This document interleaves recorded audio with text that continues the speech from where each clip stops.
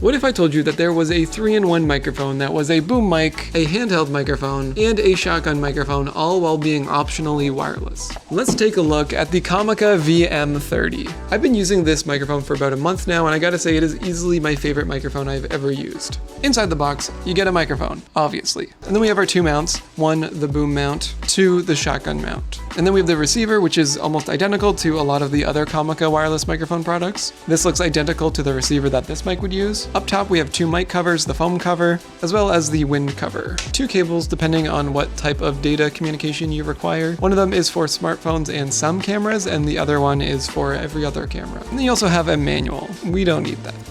Moving on to buttons and holes, we have the power button, as well as the sync button. If it's flashing blue, it's still waiting to connect. If it's connected, it's a solid blue. Moving on to the menu button that looks like a line and says safety on it. This allows you to cycle between the different filter modes. We have 75 Hz, 150 Hz, and a low cut. If you don't know what those mean, that's okay, neither do I. That's why I'm reading it off my phone. I'm just kidding, I totally know what it means. If you hold down the safety button, you'll notice that the LED screen updates to 2 audio bars. You're now recording on 2 different channels at 2 different volumes for safety. Speaking of volume, there is a volume dial at the bottom of the microphone, which is super handy. And then on the side of the microphone, we have a USB-C for charging, 3.5mm audio output, as well as a pairing button. Out of box, you don't need to push that button, but I would assume that there is a particular scenario where you do need to click it. Moving on to the receiver, the functionality is pretty straightforward. It has a power button and volume button. The volume can be adjusted 12 decibels each direction, so up to +12 and down to -12. On top, we have the audio output to go into camera and a headphone jack for live monitoring. And on the back, we have a clip that fits nice and snug on the shoe of your camera. Now moving on to the best feature about this microphone, when you are in shotgun mode and it is plugged in, it will automatically turn on and off. This feature alone makes me want to take my 9-volt battery-powered Rode microphone, put it in a blender, blend it up, and sprinkle its ashes in a porta potty, rightfully where it belongs. And with that, how does it actually sound?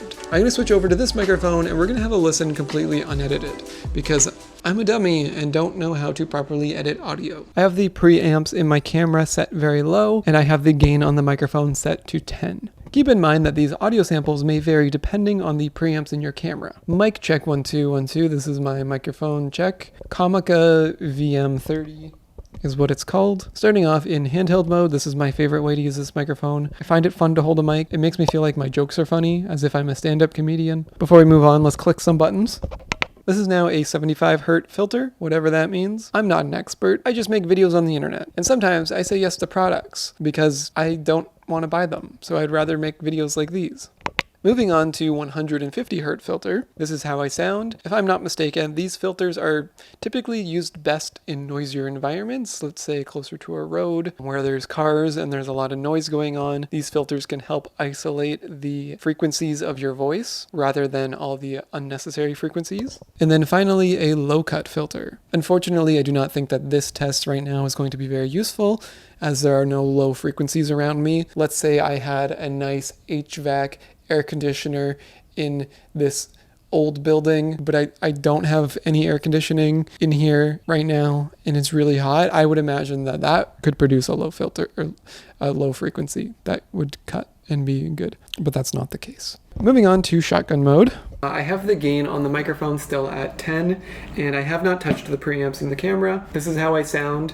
I'm pretty far from the mic. Typically, you might be a little bit closer if you're in vlog mode, but this is also a very appropriate way to use the microphone. Maybe if this sounds good, I'll start using it this way as well, but then I won't feel important because I don't have a microphone anymore. I'm not going to go through the filters again, but this is how it sounds. I forgot to mention that this microphone uses 2.4 gig frequency to communicate, which I think is perfect for a microphone like this. It also has 48,000 Hz 24-bit sampling, so the quality should be really good. You tell me how you feel about this. And then, like I mentioned earlier, when I turn off the camera, the mic also turns off, so if I just do this,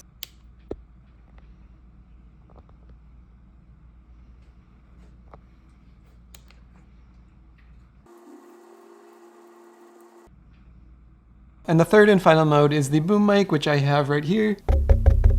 The only setting difference I changed on the boom mic is that I added 12 gain to the receiver just to compensate for a bit of this distance. Here's how I sound. Mic check 1 2. I would imagine it's quite similar to the handheld, maybe a little bit further away, so You get a little bit more atmosphere. I still don't have AC. Nothing's changed since the last test. That was 10 minutes ago. I do have a window AC in the office, but I closed the door so that the sound wouldn't escape. On that note, I see that my camera battery is red, so I'm going to end this video. If you enjoyed it, thanks for watching.